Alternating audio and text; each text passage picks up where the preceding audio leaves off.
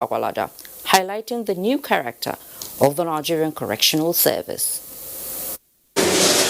In August 2019, President Muhammadu Buhari signed into law the Nigerian Correctional Service Act. The law seeks to tilt criminal justice system towards the rehabilitation and reintegration of offenders. About 35 kilometers from the city center lies the Dukpa Correctional Farm Center. With about 22 hectares of land, the 75 offenders who currently call it home represent only a small fraction of what the center can accommodate. This poultry of 800 birds produces about 18 crates of eggs daily, with inmates handling all the production processes. By the grace of God, when I come out from here, I will go back to train power. I no go back to commit crime. This business now na better work. I call Lena and Kuma I hold am. Inshallah, I no go play with this work again. The bakery and confectionery section at full capacity can produce over 14,000 loaves of bread in one day. As we are learning, I'm also interested, all of us is interested in work. I can use the work and train my marriage, train my family, even live my life long with the work. Yet, Public Relations Officer Francis Enobore expresses optimism that this can be replicated in all parts of the country if only the service can be rid of the overwhelming burden of those awaiting trial, who make up 83% of inmates in urban centers across the country. These vocational centers are all running. But how many inmates are available to be trained? Okay, look at this place, this facility, for instance. It can handle over 20 inmates to be trained in this section. How many do you have there? 6. Because this is a farm center, we don't bring in those that are awaiting trial, except for those that have been convicted. How many people are convicted for us to be for us to train? Now, with all of these in place, the inmates can gradually move beyond the wrongdoings of their past and the confinement of their present to laying the groundwork for a more progressive future. From Dukwa, outskirts of Abuja, Victor Azu, NTA News. That's sure good news. And the United Nations World Food and Agricultural Organization, in its bid to widen the conversation on how to achieve zero hunger in the Northeast, has presented a play titled Bintu the Musical. A stage play aimed at appreciating the efforts of the federal government towards addressing the humanitarian crisis in the terrorist-ravaged areas. Since the upsurge of the Boko Haram activities in the northeast, there has been a huge task on the federal government of Nigeria to address the humanitarian crisis with efforts to rebuild the areas devastated by insurgency. The United Nations is one partner who has assisted in such effort to address such humanitarian crisis. We wanted to make sure that people that aren't going through the crisis in the Northeast had some insight into the challenges that people were facing there, but also their stories of resilience. And so we wanted to share that for conversations about how we address the problems in the Northeast, but in Nigeria as a whole. With their stories put in drama form, the United Nations is exploring ways to achieve zero hunger by garnering support from other partners.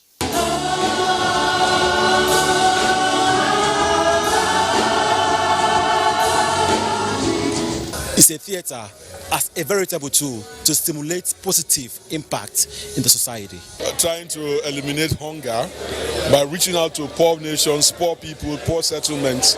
I think they are doing a lot. The World Food Program has done amazing work all over the world, especially in periods of crisis. So there's such a need right now in our country, and we need to ensure that we have more organizations partnering. The stage play is produced and directed by a Nigerian, Agoze Uwu. Bintu the Musical also praised the resilience of the federal government to forestall peace.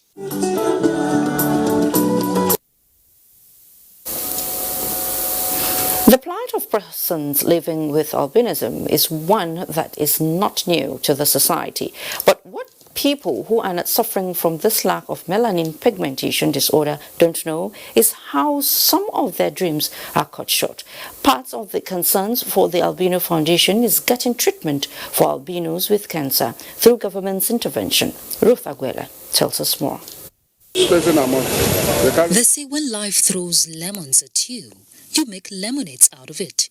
Well, this adage doesn't go well with Josephine because her lemon is one she says is extra acidic. She never began for it, being a cancer patient. A situation she didn't understand until late August when she had her third baby. Each time I'm pregnant, I do have this wound on my face. So when I was pregnant of this baby, the thing came again. So I just thought it was just a pregnancy sign. The thing was now getting big. It's very painful. I've lost a lot of blood.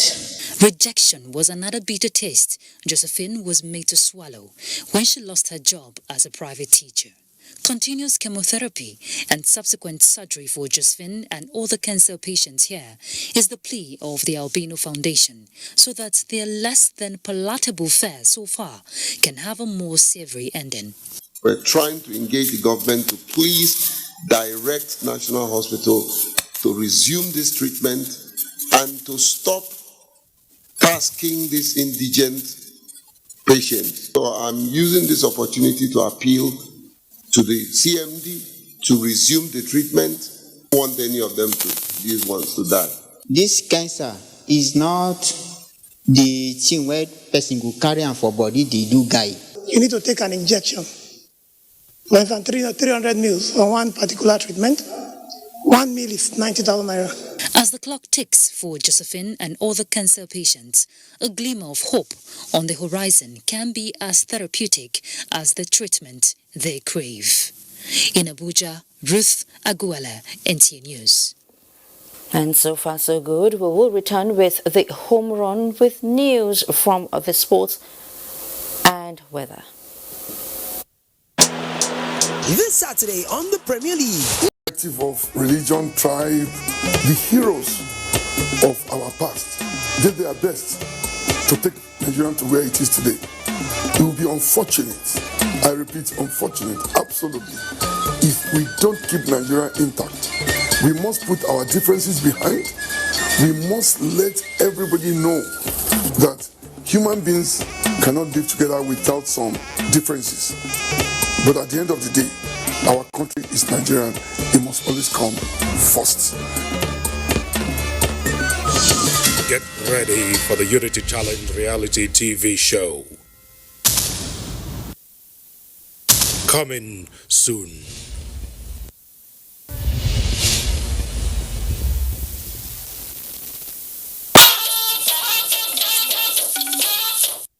Good to have you back. And now to sports update as Ayodiji Makinde has that.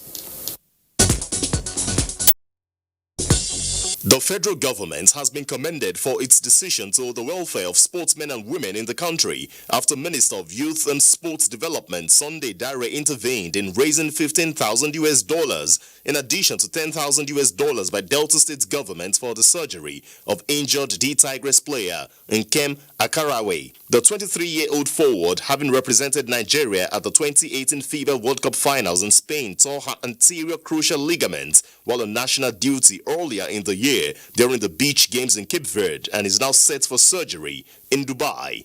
The outgoing year has been described as a turning point in the development of junior golfing in Nigeria with the gradual transition of more players through amateur ranks to professional cadre. Grand Patron Parkland Golf Resort Club Abuja, Muftar Bello, disclosed this while further stating that the Nigerian Television Authority has been instrumental through its national and international platforms. We can begin to see more corporates and, big adults as well as families, because family golfing is a very important part for development of golfing, particularly in Nigeria.